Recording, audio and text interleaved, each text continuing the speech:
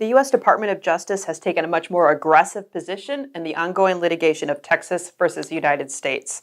The Department of Justice has filed a brief calling for the Affordable Care Act to be struck down in its entirety. This is the ongoing case of Texas versus United States determining the constitutionality of the Affordable Care Act.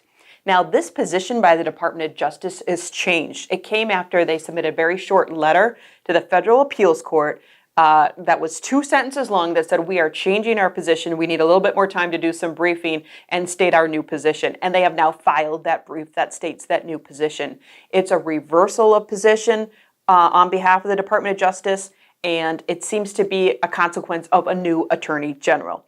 Now, this comes after arguments in the case of Texas versus the United States over the individual mandate. And this sprung out of that ongoing litigation that said because the tax penalty has been zeroed out by this legislature, that impacts the individual mandate. And if you have no penalty, you have no individual mandate. If you have no individual mandate, you have no Affordable Care Act. That's the line of reasoning in this litigation.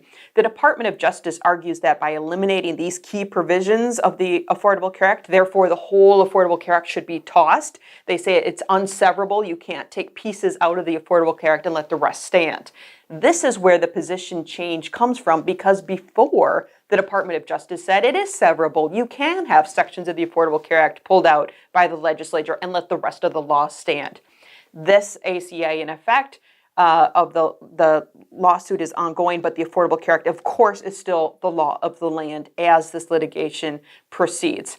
The update is now a hearing is expected in July. We will hear a lot more on this issue as we get closer to the summer. Now that a lot of the briefing is done, we now will wait for that hearing to happen and see what that judge in Texas has to say. If you want to read a copy of that new Department of Justice brief, we link to it in the description below. You can also read that original letter that came out of the Department of Justice after there was the change in Attorney General, indicating that they would be changing their position to a much more aggressive stance. We will keep you posted as this litigation continues. There'll be more updates to come in the future.